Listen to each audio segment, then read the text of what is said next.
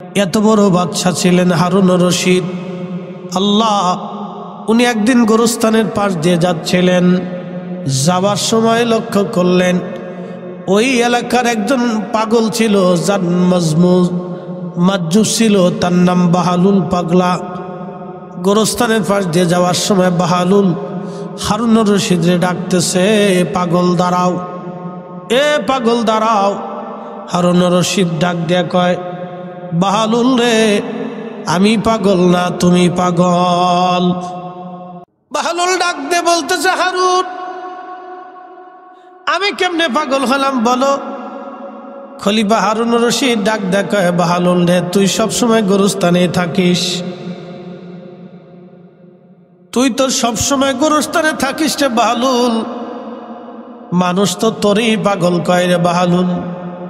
বাহালুল ডাক দেয়া বলতেছে, বাদশাহ বলো, ও বাদশাহ বলো, তোমার আগে কে বাদশাহ ছিল? বলে, আমার আগে আমার আব্বা বাদশাহ ছিল। তিনি কোথায় আছেন? তিনি গোরস্থানে ঘুমানো,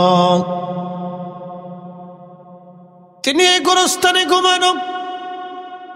বাহালুল ডাক দেখে, বাদশাহ, এরপরে তুমি বাদশাহ হইছ, তোমার ঠিকানা কোন জায়গা হবে এরপরে বলো। বলে, গোরস্থানই তো আমার ঠিকানা।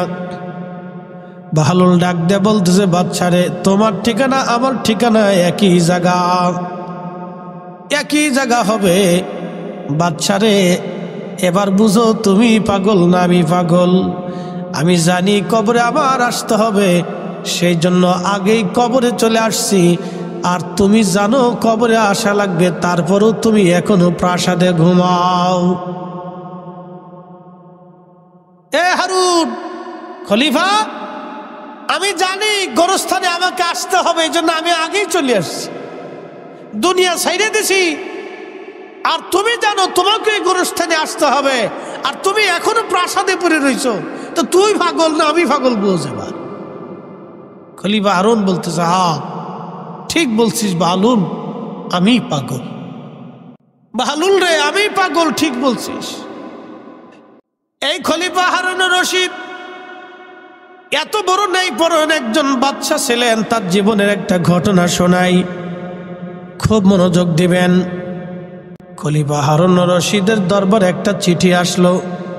চিঠি বর্তমান সিরিয়ার আলেপ্পো, তখন রাজধানী ছিল ইরাকের বাগদাদ। কত বড় সীমানা ছিল আপনাদেরকে বুঝাই। বর্তমানে ইরান, এরপর উজবেকিস্তান, তুর্কমেনিস্তান, তাজাকিস্তান, এরপরে আপনি যদি ধরেন ইরাক, ইয়ামান, ওমান, সৌদি আরব, জর্দান, কাতার, কুয়েত, বাহরাইন, লেবানন, লিবিয়া, ফিলিস্তিন, সিরিয়া, মিশর, Algeria, Nigeria, Sudan, Morocco, Tunisia, কত বিরাট বড় রাজ্য। বাংলাদেশের অন্তত 500 দেশের সমান একটা বিরাট, বাংলাদেশের 500 দেশের সমান একটা বিরাট সাম্রাজ্যের তিনি খলিফা ছিলেন হারুন রশিদ। তার স্ত্রী জুবাইদা টুপি সেলাই করে সংসার চালাইতো, রাজকোষ থেকে একটা করি অর্থ নিত না। একবার জোরে বলা যাবে কি আল্লাহু আকবার। আর আমাদের দেশে একটু অফিসার হইলে বেটির বাওয়ার জেলে রাস্তা আড়া যায় না। কি কথা কর না কে? ঢাকার শহরে গুলশান বড় বাপ, কি বাপরে বাপ, তার সিয়ত কি। বিরাট পৃথিবীর সাম্রাজ্যের বাদশার বিবি টুপি সেলাই করে সংসার চালায়। একসাথে বলা যাবে কি আল্লাহু আকবার। কোরআনে আমার আল্লাহ বলতেছেন, ইন্নাল্লাহা ইয়ামুরু বিল আদলি ওয়াল ইহসানি ওয়া ইতাইযিল কুরবা ওয়া ইয়ানহা আনিল ফাহশাই ওয়াল মুনকার ওয়াল বাগই ইয়াইদুকুম লাআল্লাকুম তাযাক্কারুন। আমি আমার যত পীর ভাই আছে সবাইকে অনুরোধ করব নিজেরাও ভিতরে চলে আসবেন, অন্যদেরকেও ভিতরে আস্তে আস্তে বসায় দিবেন। আমি বাদশাহ জুবাইদার কথা বলতেছিলাম, যদি কোনোদিন হেরেমে যান, মক্কাতে যান, তাহলে আপনারা দেখবেন নহরে জুবাইদা আছে, নহরে জুবাইদা, নহরে জুবাইদা। জুবাইদা। হ্যাঁ, বাচ্চাদেরকে ডান পাশ থেকে এ পাশে একটু ভলেন্টিয়ার দেন তো। এই ডান দিকে একটু স্টেজের পিছনে একটা ভলেন্টিয়ার দাঁড়া করে দেবেন, খালি হাতে দিন না, একটু বাটাম দিয়ে দিন সাথে। হ্যাঁ, ওরা চারপাশ দিয়ে ঘুরতেছে, ওদের কাছে আজকে মনে হয়েছে ঈদের আনন্দ, বুঝছেন না? লটপটি সটপটি, বাদাম, সানাসুর, আবিজাবি খাইবো আর কি, আর খালি ঘুরবো। না না, এখানে না, এখানে না, এখানে না, আপনার ওই চারপাশ দিয়ে মারতেই থাকে, এখানে না। না ঠিক আছে, এ প্রথম কাতারে এসে বসে হয়েছে, মারহাবা বলবেন না? আমরা যদিও মনে করি সে পাগল, সে পাগল না তো, সে বুদ্ধিমান। একসাথে বলি আল্লাহু আকবার, আল্লাহু আকবার। নহরে জুবাইদা, নহরের নাম কি? জুবাইদা। জুবাইদা, নহরের নাম জুবাইদা। খলিফা হারুন রশিদের স্ত্রী, তিনি হজ করার জন্য আসলেন। হজে আসার পরে তিনি লক্ষ্য করলেন যে হাজিদের পানির বড় কষ্ট হয়, অনেক কষ্ট হয়। তিনি তৎকালীন জামানার পৃথিবীর বড় বড় ইঞ্জিনিয়ার যারা আছে তাদেরকে ডাকলেন। ওই যে খলিফার স্ত্রী জুবাইদা, তিনি হজ করতে আসার পরে তিনি লক্ষ্য করলেন হাজিদের পানির বিরাট কষ্ট হয়। পৃথিবীর বড় বড় ইঞ্জিনিয়ার ডাক দিলেন, ডেকে এনে একটা স্থায়ী ঝর্ণা থেকে, তিনি পাহাড় থেকে একটা নহর টেনে অনেক কিলোমিটার, 10 থেকে 15, 20, 25 কিলোমিটার দূর থেকে পাহাড়ের পাশ দিয়ে দিয়ে দিয়ে দিয়ে দিয়ে নহর টেনে তিনি পানির ফোয়ারা একবারে আরাফা পর্যন্ত নিয়ে আসলেন। একবার জোরে বলা যাবে কি মারহাবা? যদি যান, এখনো সেই নহরে জুবাইদা আছে, কিন্তু পানি সিস্টেম নাইলে এটা লাগে না। শত শত বছর ধরে হাজিরা আসি পানি পান করছে, জুবাইদার পানি।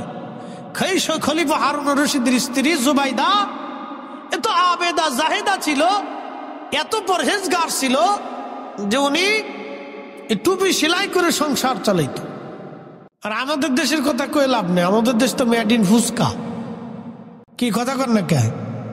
মেড ইন ফুচকা, শর্টপটি, মেড ইন ফুচকা আর মেড ইন শর্টপটি, এছাড়া তোর কিছু নেই।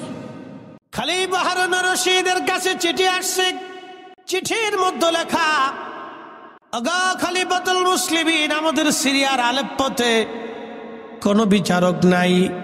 1 মাস হলো বিচারকের অভাবে মানুষ খুবই কষ্ট করতেছে গো খলিফা, বিরাট কষ্ট হয়। আর শহরে চোর ডাকাত বেড়ে গেছে, যেমন এখন পুলিশ দুর্বল হয়ে গেছে, চোর ডাকাত বেড়ে গেছে। যদি আপনি সারা পৃথিবীর বিড়াল মেরে ফেলে দেন, তাহলে মনে করবেন ইঁদুরের জ্বালায় ঘরে ঘুমাইতে পারবেন না, ইঁদুরের রাজত্ব বাড়বে। আর সারা পৃথিবীর কুত্তা যদি মেরে ফেলাই দেন, শিয়ালের জ্বালায় মুরগি পালতে পারবেন না, ঠিক কিনা?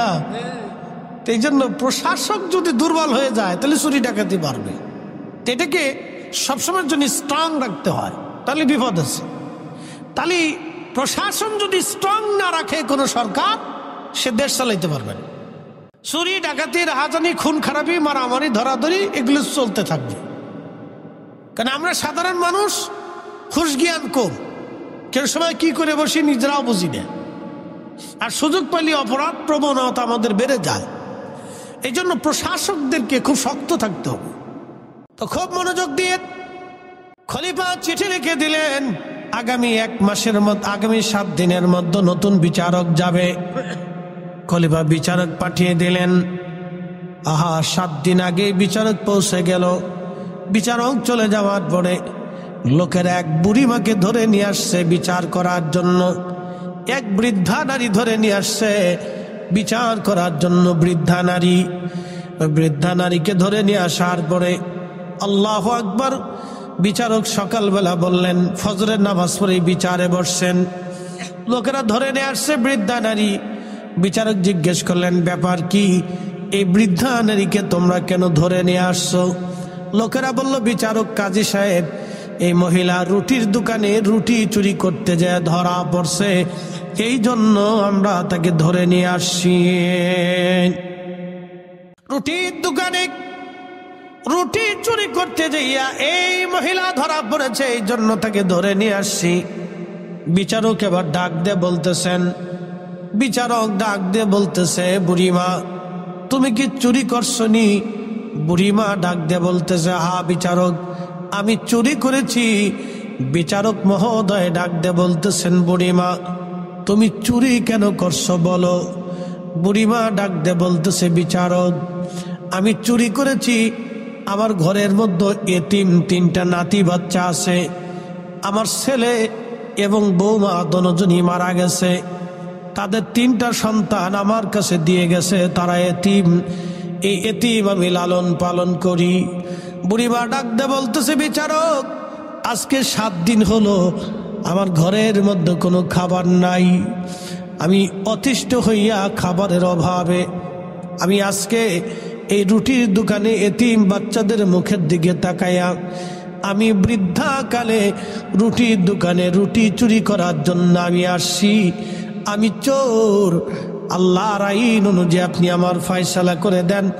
আমি বুড়ি বৃদ্ধাকালে চুরি করতে আসছি, আমি আসলেই চোর। বিচারক এই কথা শোনার পরে বিচারকের মন আস্তে করে নরম হয়ে গেল, চোখ দিয়ে পানি চলে আসলো। একজন বৃদ্ধা নারী তার এতিম সন্তানদেরকে, এতিম নাতিনদেরকে খাওয়ানোর জন্য আজকে তার ঘরে খাবার নাই, আজকে তার ঘরে খাবার নাই, 7 দিন পর্যন্ত খাবার নাই। এই বুড়িমার ঘরে খাবার যে নাই, এই তো খাবার পৌঁছানোর কথা ছিল রাষ্ট্রের, রাষ্ট্র তার কাছে খাবার পৌঁছায় নাই। রাষ্ট্র ব্যর্থ হয়েছে, খলিফা ব্যর্থ হয়েছে, খলিফা তার ঘরে খাবার পৌঁছাইতে পারে নাই।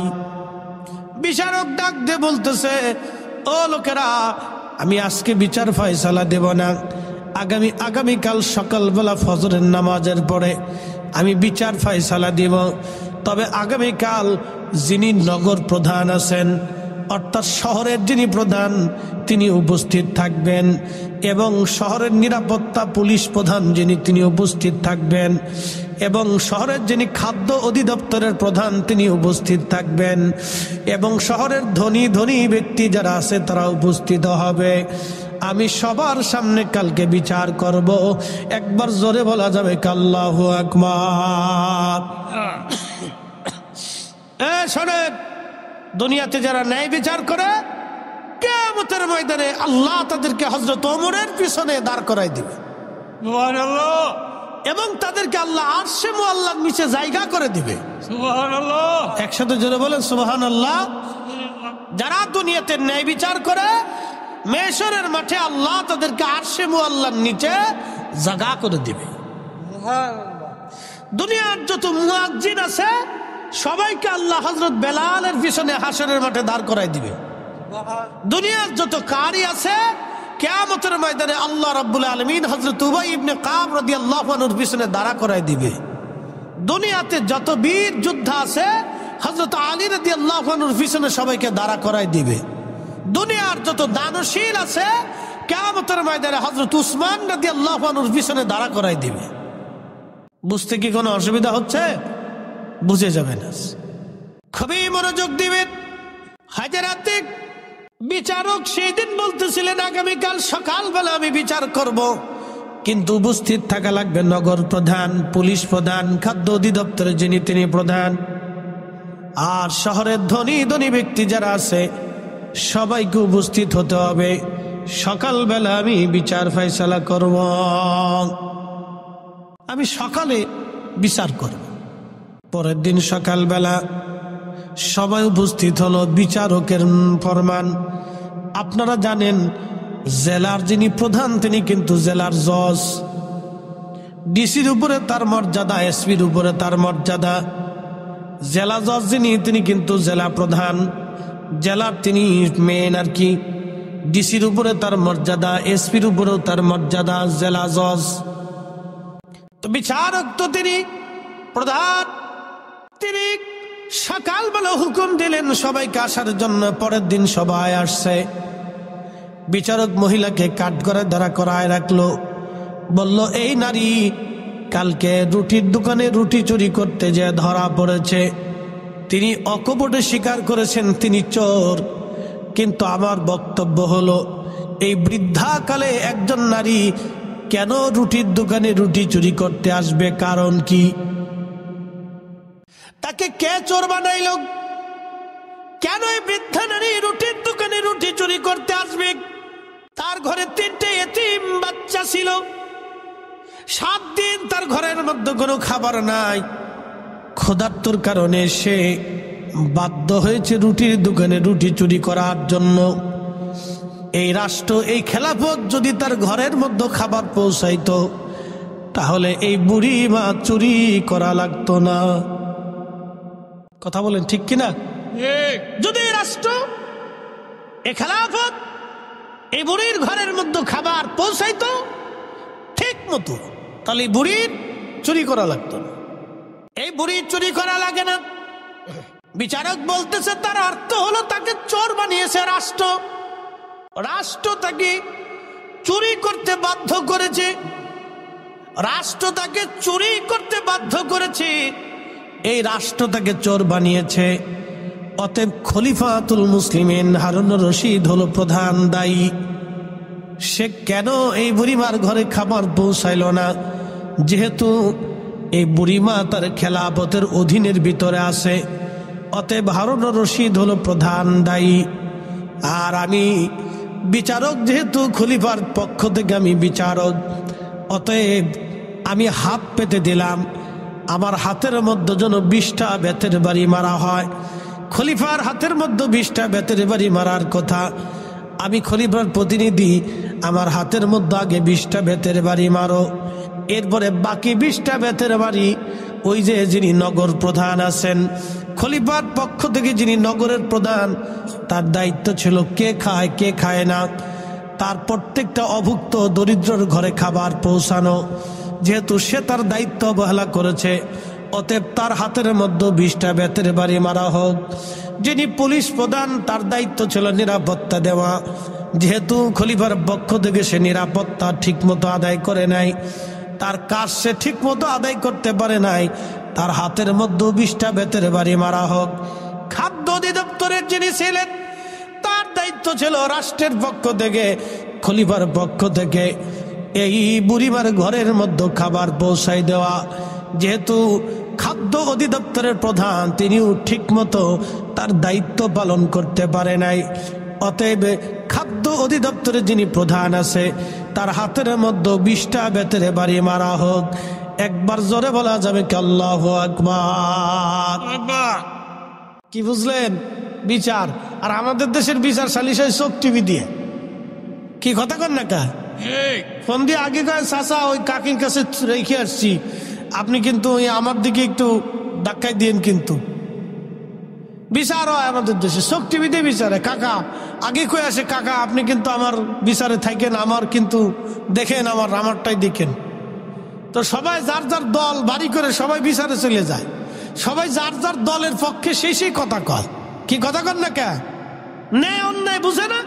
যার যার দল, যার যার আত্মীয়, যার যার সন্তান, যার যার সব নিজের আপনজনের পক্ষ নিয়ে ঠেলাঠেলি ধাক্কাধাক্কি করে। এটা হয় বিচার। এগুলি বিচার না। কোরআন বলতেছে ইন্নাল্লাহ, আমি রব তোমাদেরকে হুকুম দিয়েছি, ইয়ামুরু বিল আদলি, দুনিয়াতে ন্যায় বিচার করবা, ন্যায় বিচার করবা। আমি আল্লাহ ন্যায় বিচারকারীকে পছন্দ করি। আমি রব নিজে ন্যায় বিচারক, আমি ন্যায় বিচারককে পছন্দ করি। দুনিয়াতে যারা ন্যায় বিচার করবে তাদের হাসর হবে ওমরের সাথে। দুনিয়াতে যারা অন্যায় বিচার করবে তাদের হাসর হবে ফেরাউন আর হামানের সাথে, নমরুদের সাথে। দুনিয়াতে যারা ন্যায় বিচার করবে তার হাসর হবে হযরত ওমরের সাথে। একসাথে বলা যাবে না মারহাবা? আমাদের দেশে উল্টা হয়ে গেছে গা। খুবই মনোযোগ দিয়ে বুঝতে কি কোনো অসুবিধা হচ্ছে আপনাদের? যারা আমরা রাস্তায় আসি বাহিরে আসি সবাইকে অনুরোধ করবো আমরা ভিতরে এসে বসি, ভাই একটু বসে কথা শুনি ইনশাআল্লাহ। দরুদ শরীফ পড়ে আল্লাহুম্মা সাল্লি আলা সাইয়্যিদিনা মুরব্বী বাবা যারা আছেন বাহিরে সবাই চলে আসেন। ওয়ালা আলে সাইয়্যিদিনা মাওলানা মুহাম্মদ ত্রিভুবনের প্রিয় মুহাম্মদ এলো রে দুনিয়ায় রে সাগর আকাশ বাতাস দেখবি যদি আয় রে সাগর আকাশ বাতাস দেখবি যদি ধুলির ধরা বেহেশত আজ জয় করিল দিল রে লাজ, আজকে খুশির ঢল নেমেছে ধূসর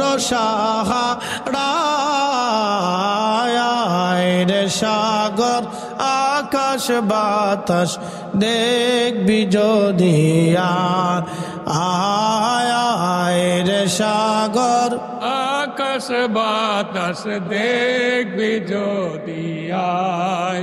আমার রসুল যদি না আসতো পৃথিবী অন্ধকারেই থাকতো, ঠিক কিনা? ঠিক। এই মানবতা, এই যে মুক্তি, সুন্দর দিশা, সুন্দর রাস্তা পৃথিবীর কোনো মানুষ কোনোদিন পেত না। পৃথিবী অন্ধকারেই থাকতো, আমার রসুল আসার কারণে দুনিয়া এত সুন্দর হয়েছে। বন্ধু খুব মনোযোগ দিয়ে কথাগুলি শুনবেন। খলিফা হারুনুর রশিদের কথা বলছিলাম। সেই দিন বিচারক বলল ধনী ধনী ব্যক্তি যারা আছে তাদেরকেও বাকি 20টা বেতের বাড়ি তাদেরকেও মেরে দেওয়া হোক। খলিফা ওই বিচারক বলতেছিলেন শোনো, এই মহিলা বৃদ্ধা নারী তিনি চুরি করেছেন, আমি তার জন্য 100টা বেত্রাঘাত নির্ধারিত করলাম। আল্লাহর আইন অনুযায়ী চোরের শাস্তি ছিল হাত কেটে দেওয়া, যেহেতু লোকটা বৃদ্ধা অতএব আমি বিচারক হিসাবে হাত কাটাটা মওকুফ করে দিলাম। 100 বেত্রাঘাত নির্ধারিত করলাম। এই 100 বেতের বাড়ির মধ্যে 20টা বেতের বাড়ি খলিফার জন্য নিযুক্ত করা হলো।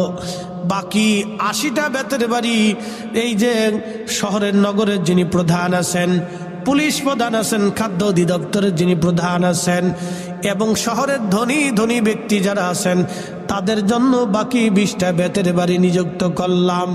কারণ ধনীরা যদি গরিব মানুষের বাড়ি খোঁজ নিয়ে রাত্রিবেলা খাবার খাইতো তাহলে এই বুড়িমার চুরি করা লাগে না। ধনীরাও সমানভাবে অপরাধী। একবার জোরে বলা যাবে কি আল্লাহু আকবার। আচ্ছা আপনাদেরকে বলি, মসজিদে কি কোনো বৈষম্য আছে? প্রথমে যে আসবে সেই দাঁড়াবে, কথা ঠিক কিনা? যদি মসজিদের মুতল্লি এসে কাউকে সামনে থেকে পিছনে সরাই দেয় তাহলে বুঝতে হবে যে মুতল্লি হকের উপরে নাই, ঠিক কিনা? তবে হ্যাঁ, কেউ যদি মুতল্লি মহোদয়কে সম্মান করার জন্য তার জায়গা ছেড়ে দিয়ে ওনাকে জায়গা দেয় সেটা ভিন্ন কথা। মসজিদে যে আগে যাবে তার জায়গা বরাদ্দ হলো, সে চুপচাপ বসে গেল। তো মনোযোগ দিবেন, চুপচাপ সে বসে গেল। এরপরে যে গেল চেয়ারম্যান সাহেব এখানে উপস্থিত, তিনি যদি পরে আসেন তিনিও পিছনের কাতারে চুপচাপ বসে যাবেন, তারও সামনে যাওয়ার অধিকার নাই। তবে কেউ যদি সামনে থেকে সরে এসে ওনাকে জায়গা করে দেয় সেটা ভিন্ন কথা। কিন্তু উনি ইচ্ছা করে জোর করে সামনে যাইয়া একজনকে সরাই দেওয়া ওইখানে দাঁড়াইতে পারবেন না। এটার নাম আল্লাহর ঘর, এখানে আল্লাহর আইন চলে, দুনিয়ার কারো আইন চলে না। কথা বলেন ঠিক কিনা? তাহলে ইসলামে কি কোনো বৈষম্য আছে? সব সমান। সব কি যারা বলে সব কি, এই জন্য আমাদের ওখানেও যা দেখবেন সব মাটির বাসন, সব মাটির বিছানা। আমরা যারা আমাদেরও মাটির বাসন, আপনারা যা খান আমরা একই খাবারই খাই। প্রিয় উপস্থিতি, সবার জন্যই সমান। খুব মনোযোগ দিবেন, কথাগুলি শুনবেন বাবা আমার। খলিফা বিচারক বিচারের রায় দিয়ে দিলেন। সবার হাতের মধ্যেই কষে কষে বেতের বাড়ি মারা হলো। এরপরে বিচারক বললেন, আমি মহিলার জন্য, এই মহিলার জন্য আমি 300 দিনার বা দিরহাম আমি জরিমানা ধার্য করলাম। 100 দিরহাম সরকারি রাষ্ট্র কোষাগারে জমা করা হবে, বাকি 20 দিরহাম ওই রুটির দোকানদারকে দেওয়া হবে, আর বাকি 180 দিরহাম এই মহিলার হাতে দিয়ে দেওয়া হবে। আর এই অর্থগুলি কারা দিবে? যেহেতু এই অর্থ দিবে খলিফার পক্ষ থেকে আমি প্রতিনিধি, অতএব আমি বিচারকের পক্ষ থেকে 50 দিরহাম জমা করলাম, বাকিরাও যেন 50 দিরহাম করে দিয়ে দেয়। অর্থ মন্ত্রণালয় দুঃখিত, যিনি নগর প্রধান তিনি 50 দিলেন, এরপরে পুলিশ প্রধান 50 দিলেন, এরপরে আপনার ওই যে কি বলে আপনার খাদ্য অধিদপ্তর 50 দিলেন। ধনীরা কিছু কিছু দিয়ে 300 দিরহাম হয়ে গেল, 100 দিরহাম রাষ্ট্রীয় কোষাগারে জমা হয়ে গেল, আর 20 দিরহাম রুটির দোকানদারকে দিয়ে দেওয়া হলো, আর 180 দিরহাম নিজের কাছে মহিলার কাছে দিয়ে বললেন, বুড়ি মা আপনি যেহেতু বুড়ি এতিম বাচ্চা নিয়ে থাকেন, আপনার এই এতিম বাচ্চাদেরকে নিয়ে 180 দিরহাম নিয়ে আপনি খাবেন, আর 1 মাসের মধ্যে আপনি খলিফা হারুন রশিদের রাজ দরবারে যাবেন।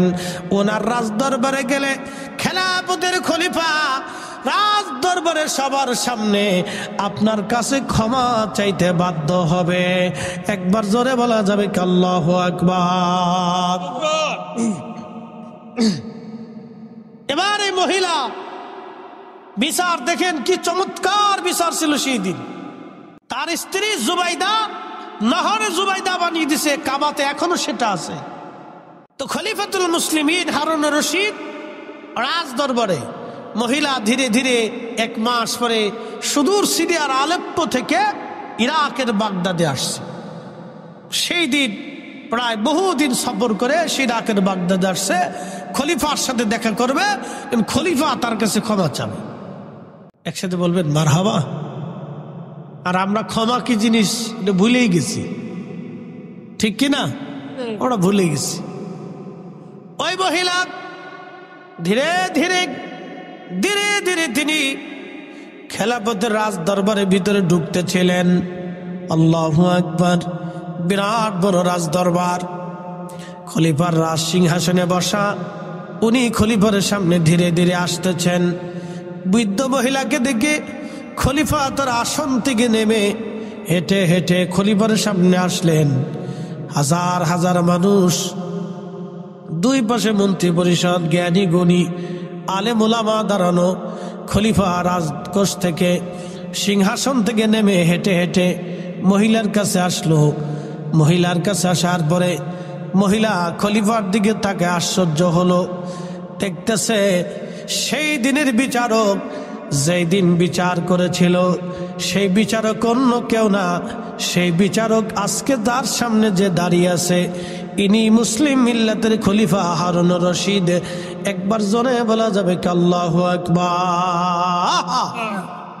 তেলের গাড়ি তেলে চলি,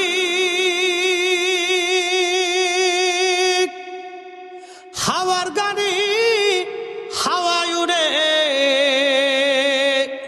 বিনা তেলে চালায় গাড়ি নবী সুলাইমান। আমরা সেই মুসলমান। মহিলা আশ্চর্য হয়ে গেল।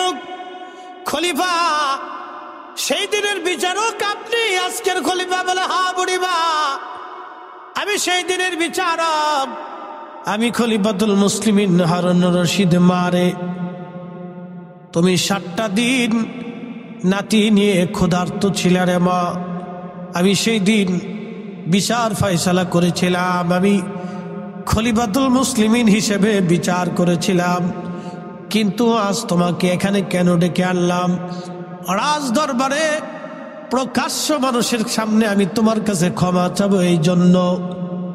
বুড়িমারে আমি এই মিল্লাতের খলিফা, আমি মুসলিম মিল্লাতের খলিফা, পৃথিবীর বিরাট সাম্রাজ্যের মালিক আমি বুড়িমা। কিন্তু কিয়ামতের ময়দানে আল্লাহর আদালত বসবে। আল্লাহর আদালতে আমি সেই দিন আসামি হয়ে যাব। যদিও আমি বিরাট মিল্লাতের খলিফা, বিরাট সাম্রাজ্যের খলিফা, কিন্তু আমার মহান মালিক আল্লাহর আদালতে আমি কিছুই না। আমি সেই দিন আসামি হয়ে যাব। তুমি বুড়িমা কিয়ামতের ময়দানে যদি আল্লাহর আদালতে বিচার ডাক দাও যে আল্লাহ আমি 7 দিন ক্ষুধার্ত ছিলাম, আমার এতিম নাতি সন্তানরা ক্ষুধার্ত ছিল, আল্লাহ রাষ্ট্রের খলিফা হারুন রশিদ এত বড় খলিফা হওয়া সত্ত্বেও সে আমার ক্ষুধার দিকে তাকায় নাই, আমার দরিদ্রতার দিকে তাকায় নাই, আমার এতিম নাতি সন্তানরা ক্ষুধার্ত ছিল, আমার খলিফা আমার ঘরে খাবার পৌঁছায় নাই। আল্লাহ আজকে হাসরের ময়দানে খলিফার বিরুদ্ধে তো দুনিয়াতে কোনো আদালতে বিচার দিতে পারি নাই, আমি গরিব ছিলাম। আল্লাহ আজকে তোমার আদালত আমি বিচার চাইলাম। বুড়িমারে হাসরের ময়দানে তুমি যদি একবার বিচার আশা করো, বিচার দাবি করো রে বুড়িমা, আল্লাহর আদালতে আমি আসামি হয়ে যাব। বুড়িমারে আমি হারুন রশিদের জিন্দেগি ধ্বংস হয়ে যাবে সেই দিন। ও বুড়িমা, আমি তোমার রাজ দরবারে ডাকছি, সবার সামনে ক্ষমা চাইতেছি। বুড়িমা কিয়ামতের ময়দানে আল্লাহর আদালতে তুমি আমার নামে বিচার কর চাইবা না? বলো সবার সামনে তুমি আমারে মাফ করছনি, আমারে ক্ষমা করছনি রে বুড়িমা। আর বলে দাও সবার সামনে কিয়ামতের ময়দানে তুমি আমার বিরুদ্ধে মামলা করবা না, আল্লাহর আদালতে মামলা করবা। এই মুসলিম কোথায় পাবেন আপনি? কোথায় পাবেন এই মুসলিম শাসক আপনি? তেলের গাড়ি তেলে চলে, হাওয়ার গাড়ি হাওয়ায় উড়ে, বিনা তেলে চালাই গাড়ি নবী সুলাইমান। আমরা সেই মুসলমান। আল্লাহ নবী বললেন সুলতানু জিল্লুল্লাহি ফিল আরদ, খলিফা যারা, সুলতান যারা, রাজা যারা, বাদশা যারা হবে তারা জমিনে আল্লাহর ছায়া, আল্লাহর ছায়া, আল্লাহর ছায়া। আল্লাহ যেমন জমিনে ছায়া দিয়ে রাখেন, হিন্দুকেও আল্লাহ খাবার দেন, ধনীকেও আল্লাহ খাবার দেন, গরিবকেও আল্লাহ খাবার দেন। কথা বলেন ঠিক কিনা? ধনীকেও আল্লাহ খাবার দেন, গরিবরেও আল্লাহ খাবার দেন, হিন্দুরেও আল্লাহ খাবার দেন, বৌদ্ধরেও আল্লাহ দেন, খ্রিস্টানরেও আল্লাহ দেন, অন্ধরেও আল্লাহ দেন, চোরেরও আল্লাহ দেন, ডাকাতরেও আল্লাহ দেন, সবাইকে আল্লাহ খাবার দেন। আল্লাহ জমিনের সবাইকে যেমন ছায়া দিয়ে রাখেন, আবার সবার বিচার ফয়সালাও আল্লাহ করেন। অপরাধ করলে শাস্তি দিবেন এবং যারা ভালো কাজ করবে তাদের উত্তম প্রতিদান আল্লাহ নিজেই দিবেন। জমিনে শাসকরা হচ্ছে আল্লাহর ছায়া, শাসক গোষ্ঠীরা ওই রকম জমিনে সবাইকে সমান চোখে দেখবে, সমস্ত প্রজারা তার সমান হবে। সন্তানকে যেমন চোখে দেখে শাসক গোষ্ঠীরা প্রজাদেরকে অমন ভাবেই দেখতে হবে। যারা নেতৃস্থানীয় থাকবে, তার অধীনস্থ যারা থাকবে সবাইকে সমান চোখে দেখবে। নিজের সন্তানকে যেমন দেখে অধীনস্থদেরকে অমন ভাবেই দেখবে। আল্লাহ নবী বললেন শাসকরা যদি প্রজাদেরকে ওই রকম চোখে দেখে তাহলে বুঝবা সে অরিজিনাল শাসক। আর সুলতানু জিল্লুল্লাহি ফিল আরদ, সে আল্লাহর দেওয়া আমানত ঠিক মতো আদায় করবে। আর যদি ঠিক মতো সে তার দায়িত্ব পালন না করে তাহলে আল্লাহর দেওয়া আমানত সে পালন করবে না, আদায় করবে না। একটু দুরূদ শরীফ পড়েন, আল্লাহুম্মা সাল্লি আলা মুহাম্মাদ ওয়া আলা আলি সাইয়্যিদিনা। লা ইলাহা ইল্লাল্লাহ, লা ইলাহা লা ইলাহা ইল্লাল্লাহ। ভিতরে নে বসো। আসমি রব্বি জাল্লাল্লাহ মা ফি কলবি গায়রুল আহা নূর মুহাম্মদ বলি নূর মুহাম্মদ সাল্লাল্লাহু পড়ি লা ইলাহা ইল্লাল্লাহ লা ইলাহা ইল্লাল্লাহ লা ইলাহা ইল্লাল্লাহ মুহাম্মদ রাসূলুল্লাহ।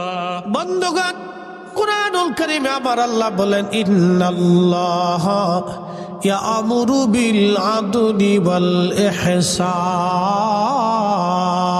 আল্লাহু আকবার। আমি আল্লাহ তোমাদেরকে নির্দেশ প্রদান করলাম, দুনিয়াতে তোমরা ন্যায় করবা, অন্যায় করবা না।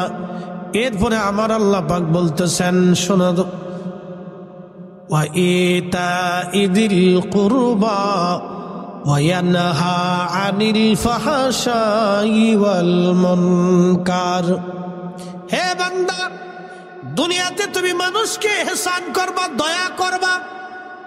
একসাথে বলবেন আল্লাহু আকবার। আল্লাহু আকবার। মানুষকে কি করবা? জোরে বলেন, জোরে জোরে জোরে। দয়া। দয়া। আল্লাহ রাসূল বলেছেন, ও উম্মত, তুমি জাহান্নাম থেকে বাঁচো, একটা খেজুর খাওয়াইয়া হলেও জাহান্নাম থেকে বাঁচার চেষ্টা করো। তুমি তোমার ভাইকে একটা খেজুরের দানা খাওয়াইয়া হলেও জাহান্নাম থেকে বাঁচার চেষ্টা করো। একসাথে বলবেন না মারহাবা। মারহাবা। আমার মিলাদের জিলাপি নিয়ে যারা নাক ছিটকেন তারা ভালো করে বুঝে যান, মিলাদ শরীফের জিলাপি নিয়ে নাক ছিটকেন না। এদেশের বহু মা সন্তানদের 2-4-6 মাস জিলাপিও খাওয়াইতে পারে না। আল্লাহ রাসূল বলেন, উম্মত, তোমরা জাহান্নাম থেকে বাঁচো, তোমার একটা ভাইকে একটা খেজুরের দানা হয়ে হলেও খাওয়াইয়া হলেও জাহান্নাম থেকে বাঁচাও। জাহান্নাম থেকে বাঁচো তোমরা। যদি তা খাওয়াইতে না পারো, তাহলে অন্তত তোমার ভাইয়ের সাথে মুস্কি হাসি দিয়ে হলেও জাহান্নাম থেকে বাঁচার চেষ্টা করো। একসাথে বলবেন না মারহাবা। মারহাবা। এই জন্য আপনারা তাবারক খাওয়াবেন, মিলাদের পরে খাওয়ান, ফাতিহার পরে খাওয়ান, এরপরে মাহফিলের পরে খাওয়াবেন। এগুলো বরকতের কাজ। আর কেউ যদি মনে করে যে না এগুলি খাওয়ায় কি হবে, তাহলে এটা ভুল ধারণা। কি হবে এই কথা তো আপনার বলার অধিকার নেই। এখন আল্লাহ যদি জিজ্ঞেস করে, বান্দা তোরে খাওয়ায় আমার কি হবে, তোমার যদি রিজিক বন্ধ করে দেয় তখন তো তুমি কান্নাকাটি করবা। হ্যাঁ, খাওয়ায় কি হবে এই কথা বলা যাবে না। কোরআন শরীফ আল্লাহ বলছেন, ফামান ইয়ামাল মিসকালা যাররাতিন খায়রান ইয়ারা ওয়া মান ইয়ামাল মিসকালা যাররাতিন শাররান ইয়ারা। অনুপরিমাণ, আমার দিকে তাকান, এই মাসালাটা ভুলে যাবেন, আল্লাহর কোরআনের ফয়সালা। অনুপরিমাণ নেক কাজ যদি তুমি করো, তারও ফয়সালা, তারও প্রতিদান আমার আল্লাহ তোমাকে দিয়ে দেবে। একবার জোরে বলা যাবে কি মারহাবা। অনুপরিমাণ নেক কাজ যদি তুমি করো, তারও প্রতিদান আল্লাহ তোমাকে দিয়ে দেবে। অনুপরিমাণ নেক কাজ যদি করো, তারও প্রতিদান আল্লাহ তোমাকে দেবেন। বলো।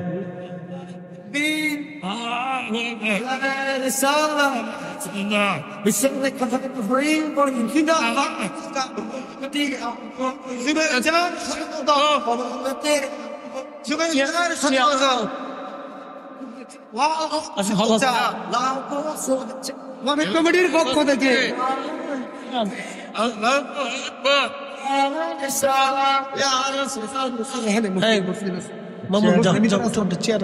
চেয়ার আনেন, প্রধান অতিথি দাঁড়ায় থাকবো। আচ্ছা, আমরা দুরূদ শরীফ পড়ি। আল্লাহুম্মা সাল্লি আলা। এই কয়েকটা চেয়ার, ভাই কয়েকটা চেয়ার এনে রাখেন, মেহমান যারা আছে তাদেরকে দেন। ওয়া আলা আলি সাইয়্যিদিনা। আমরা সকলে বলি আলহামদুলিল্লাহ। আমাদের মাননীয় প্রধান অতিথি জনাব ইকবাল হোসেন ভূঁইয়া সাহেব, রুকসানা এন্টারপ্রাইজ এর প্রোপাইটার, বিশিষ্ট ব্যবসায়িক, তিনি আমাদের মাঝে আসছে। আমরা সকলে বলি আলহামদুলিল্লাহ। যেহেতু আমাদের এই একটা প্রতিষ্ঠানকে মহব্বত করে চেয়ারম্যান সাহেবও আসছেন, আমাদের সম্মানিত প্রধান অতিথি সাহেব জনাব ইকবাল হোসেন ভূঁইয়া সাহেব তিনিও আসছেন, আমরা আমাদের সকলের পক্ষ থেকে তাদেরকে অভিনন্দন জানাই, ঠিক কিনা? আল্লাহ তাদের হায়াতে এবং জীবনে, আল্লাহ রুটিতে রুজিতে সন্তানে, আল্লাহ সংসারে যেন বরকতে কামেলা আসিলে দেয়, বলে না আমিন। কারণ এই সমস্ত ধর্মীয় প্রতিষ্ঠানে, এই সমস্ত স্থাপনাগুলিতে আমার ভাইরা এসে আমাদেরকে সহযোগিতা করছেন, সমর্থন দিয়ে তিনারা একটা সহযোগিতা করছেন। শোনেন, আপনারা যা আসছেন এটাও একটা সহযোগিতা। এই যে মাদ্রাসায় কোরআন তেলাওয়াত হবে, নেকি কি আপনারা পাবেন না? আসতে হলো কেন পাবেন না? দান যে করে, শোনেন একটা মাসলা মনে রাখবেন, যে দান করে সে নেকি পায়, যে দান করার জন্য উৎসাহিত করে সেও নেকি পায়, যে দান করার কাজে সাহায্য করে সেও নেকি পায়। অর্থাৎ আপনি 100 টাকা দান করছেন, এই 100 টাকা দান করলে যে সওয়াব হবে, আপনি একজনকে উৎসাহিত করছেন, সেই জন্য ওই 100 টাকারই সওয়াব হবে। এবং আপনি ওই 100 টাকা নিজ হাত দিয়ে ধরে বা ওই বাড়ি পর্যন্ত পৌঁছাই দিয়েছেন, এটার জন্য আপনি নেকি পেয়ে যাবেন। একসাথে বলবেন না মারহাবা? এই জন্য এগুলি আপনাদেরকে বুঝতে হবে যে আমাদের সম্মানিত অতিথিরা আসছেন, তিনারা আমাদেরকে এসে আমাদের এই কাজে সহযোগিতা করছেন, তেনারা সমর্থন দিয়ে এই প্রতিষ্ঠানকে তেনারা মহাব্বত দেখিয়েছেন। এই জন্য আমরা তাদের কাছে কৃতজ্ঞ এবং আমরা তাদেরকে মোবারকবাদ জানাই। আল্লাহ তাদের দুনিয়া আখিরাতে তারাক্কি নসিব করুন, বলে না আমিন। আমার আলোচনা দীর্ঘায়িত আমি করব না, একবারে বেশি লম্বা করব না, খুব মূল ডিপলি আলোচনা, আমি মূল আলোচনা করে ফেলছি। এখন শুধু আপনাদেরকে নিয়ে দুটি কথা। তাহলে বলেন যে আল্লাহর নবী বললেন একটা খেজুর দানা দিয়ে হলেও তুমি তোমার ভাইকে মেহমানদারি করাও। একসাথে বলবেন না মারহাবা? আচ্ছা, আপনারা রোজা রাখেননি? রোজা, আচ্ছা আলহামদুলিল্লাহ। যারা রোজা রাখেন ইফতার করান না? করান। দেখেন রোজা রাখনেওয়ালা আর ইফতার করনেওয়ালার সওয়াব কেমন, ভালো করে দেখেন। এখান থেকে অনেক কিছু বুঝে যাবেন, আমি শিখাই দিচ্ছি। প্রিয় উপস্থিতি, রোজা রাখলেন, ইফতার করাবেন। আল্লাহর নবী বলেন উম্মতে তোমার ভাইকে তোমরা ইফতার করাও। সাহাবীরা বলেন ইয়া রাসূলুল্লাহ, ইফতার করানোর মতো সবার তো সামর্থ্য নাই। নবীজি বললেন একটা খেজুর দানা খাওয়াইয়া হলেও ইফতার করাও। সাহাবীরা বলেন ইয়া রাসূলুল্লাহ, একটা খেজুর খাওয়ানোর সামর্থ্য অনেকের নাই। নবীজি বললেন তাহলে 1 পেয়ালা দুধ দিয়ে হলে ইফতার করাও। সাহাবীরা বলেন হুজুর, 1 পেয়ালা দুধ দিয়ে ইফতার করানোর মতো সামর্থ্য অনেকের নাই। নবীজি বললেন সাহাবীরা রে, তাহলে 1 পেয়ালা পানি দিয়ে হলেও ইফতার করাও। তারপরও যারে ইফতার করাইবা, যে কয়জনকে ইফতার করাইবা, একজন রোজাদারকে ইফতার করাইলে 1 পেয়ালা পানি দিয়ে হলেও যদি তুমি ইফতার করাও, তাহলে আমার আল্লাহ তোমার আমলনামায় একটা কবুল রোজার সওয়াব লিখে দেবে। এখান থেকে খাওয়ানোর মর্তবা বুঝে যাবেন যে মানুষকে খাওয়াইলে আল্লাহ মাহরুম করে না।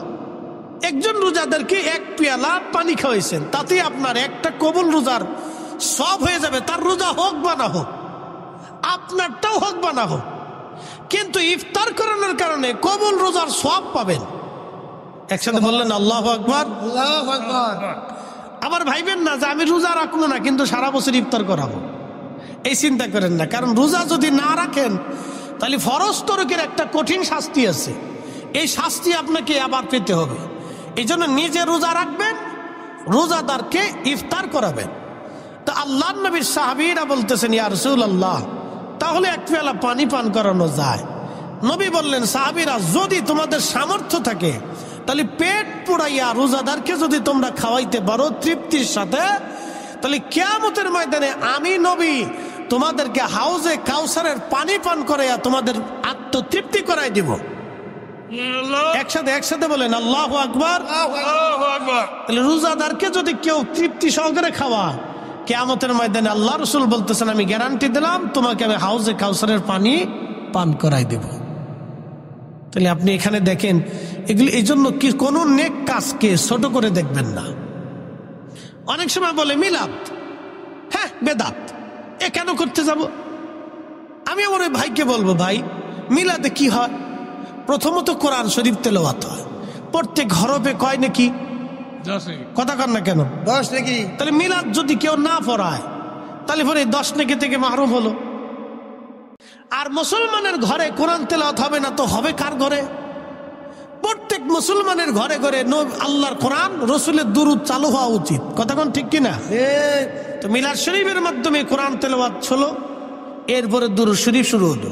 তাহলে প্রত্যেক দুরুদে কয় নাকি? 10 নাকি। কয়টা গুনাহ মাফ? 10টা গুনাহ মাফ।